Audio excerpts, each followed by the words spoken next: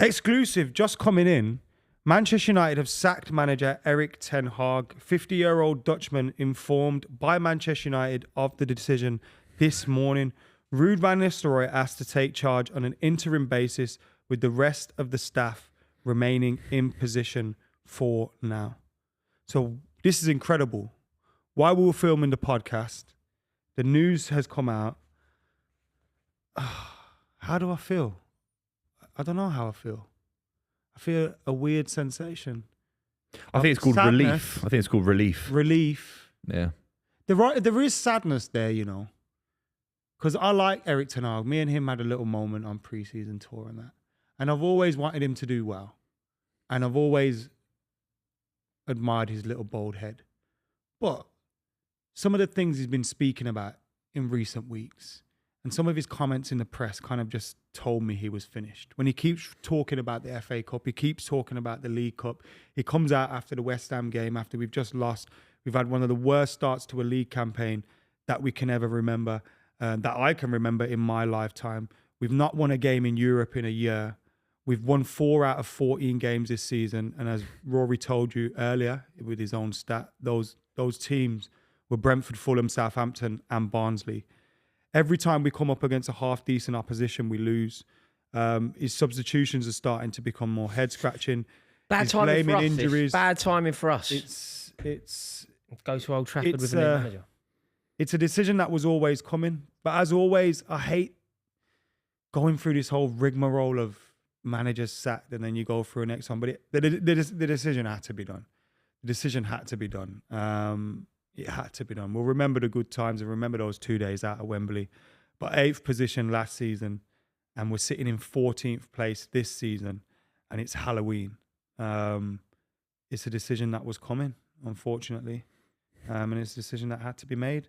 We were kind of critical of INEOS a little bit earlier in the podcast. I'm not sure how this podcast is going to go out now, if you heard what we said earlier or not. Like I'm not sure how this is going to go out, so obviously, for those that are listening, if you didn't hear what we were talking about earlier, we were kind of alluding to the fact the decision hadn't been made yet, and Buvey and Rory were saying, well, this is a, I don't know what you called it. What did you call it? You're like dithering by it. Dithering, yeah. What do you think now? I think it's been a long time coming. I think it's the correct decision. The timing of it is interesting. I don't understand how simply losing to West Ham can be enough to tip you over the edge if what you saw pre the international break wasn't enough to tip you over the edge. Like, we haven't learned anything new about Manchester United losing to West Ham. The timing of this is poor. They should have done it. I mean, realistically, the brave decision would have been to let him win the cup, sack him off the back of winning the cup final. That would have been the correct and brave decision. So the fact that they've done it now, I feel like they've boxed themselves into a corner. Like, Van Nistelrooy doesn't really have very long before your next game, but better late than never, I guess. Yeah, I think there's a slight level of optimism looking at it from the outside, is that Ruud van Nistelrooy is a legend of Manchester United. He has got a decent CV in terms of his time at PSV. And if you want a caretaker manager, a bit like when Ole Gunnar Solskjaer came in, you want him to be of the club, connected to the club, and the fans can kind of get on side. United aren't going to win the title this season, but they're still in cup competitions. It's not enough. But with Ruud van Nistelrooy, you never know. He's a young, exciting manager. So the one thing that you can say about INEOS on some level is that they got the appointment right of bringing him in and kind of ushering out Ten Hag if it went wrong this season. It clearly has gone wrong. Ruud van Nistelrooy is the best candidate right now that they can hire to just guide them through the rest of the season. Is he? If a world-class manager comes along, they have to get a world-class manager. But there aren't many out there. Okay, just let's play a game then. Why, if you know that you're going to sack him, and they must have been thinking this way for a long time, Allegri, no, he's flat at Juve. Okay, not Allegri. Not a good time at Juve. Do you break your neck and get Zinedine Zidane, or do everything you can to get Zinedine Zidane? There was talk this morning about Julian Nagelsmann being... Should they have got Thomas Tuchel before England incorrectly appointed him?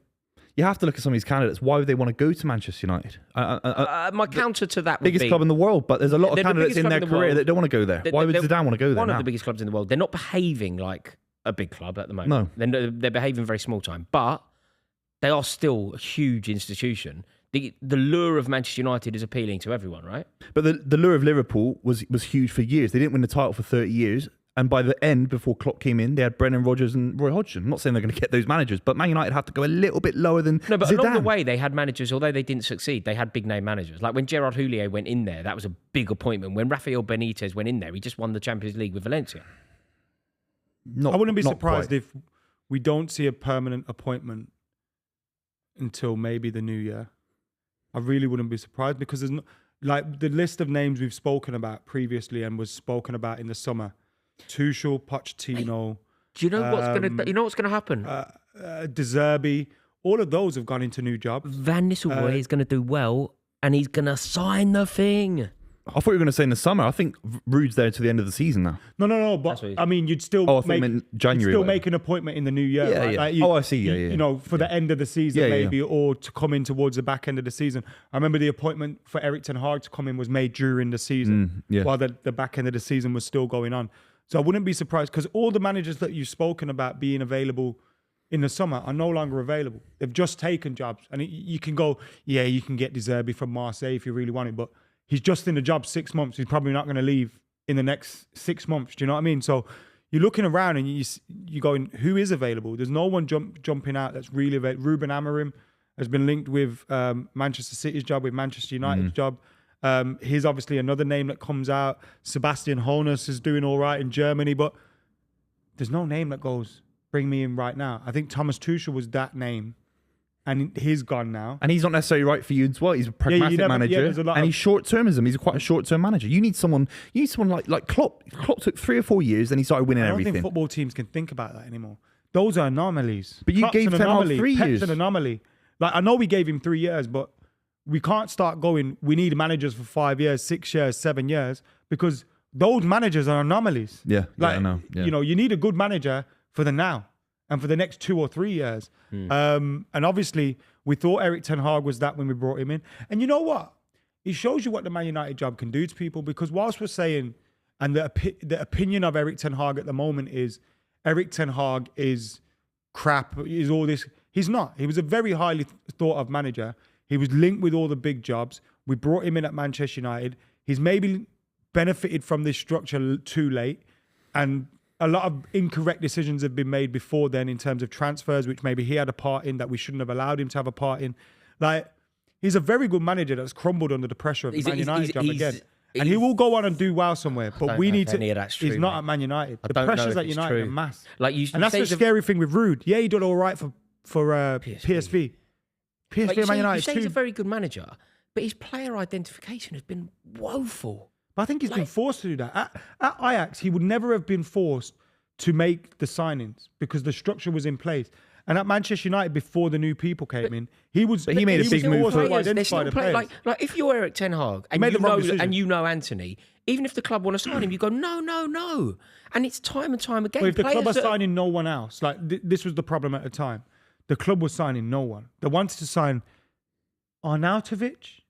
Was it Arnautovic, bro? Yeah, it was Arnautovic. We were linked to Arnautovic. It was Arnautovic. So then you can understand the manager going, "Oh shit! Listen, I know a winger that I've had." But whatever question, he's never decision. the answer.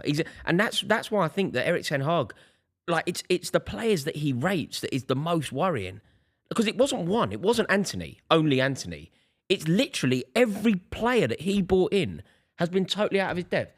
He's gone and got Højlund, pony. He's gone and got Xerxes, pony. He's gone and got De Ligt, pony. He's gone and got Martin, never fit. He's gone and got Onana, calamity. 600 million quid. I don't know. I think real the money. signing happens without him. I think the Martinez signing, I still stand by that. No, I it think might it's a happen good without signing. him, but it shouldn't happen when he's there because he knows these players.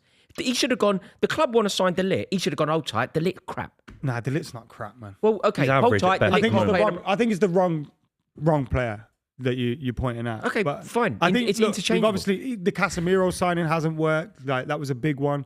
But even then, he's hampered himself because the owners see you bringing him. You know, like if this season we were using all our new players and you're going, yeah, they haven't got results at the moment, but he's trying to bed in Ugarte. He's trying to do it. Bro, you haven't even used him.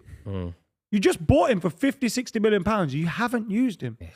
Like, what's going on there?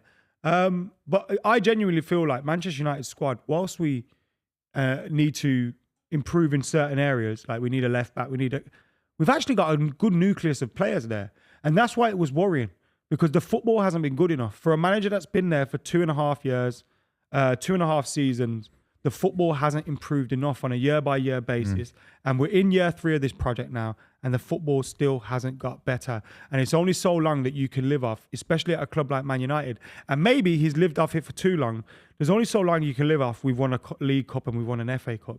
Because ultimately, Man United should be winning those in their worst seasons anyway. Like, you know, the target has to be the Premier League and the Champions League. And the facts are we were never making those targets. Unfortunately, with Erik Ten Hag at the helm, and we move on again. I just can't. But I hate all this crap. I honestly can't believe that it's just to Van Nistelrooy. It just feels like it's kicking the can down the road. I think they should have gone big. You can't rush into an appointment as well, though. Eddie Howe? Yeah, I think that's a great shout. I do actually think it's a great shout. No. Really? You can't rush into an appointment. Eddie Howe's not the appointment you make. I'd rather get Ollie Solskjaer back than Eddie Howe. Oh, my God. I'm telling you. Oh. I'm telling you. 30 games unbeaten away from home in the Premier League, was it? What did you achieve? Yeah. What did you achieve? Wow. Eddie Howe's 10 times a manager of Ole Gunnar Solskjaer. 10 times. What has Eddie Howe achieved?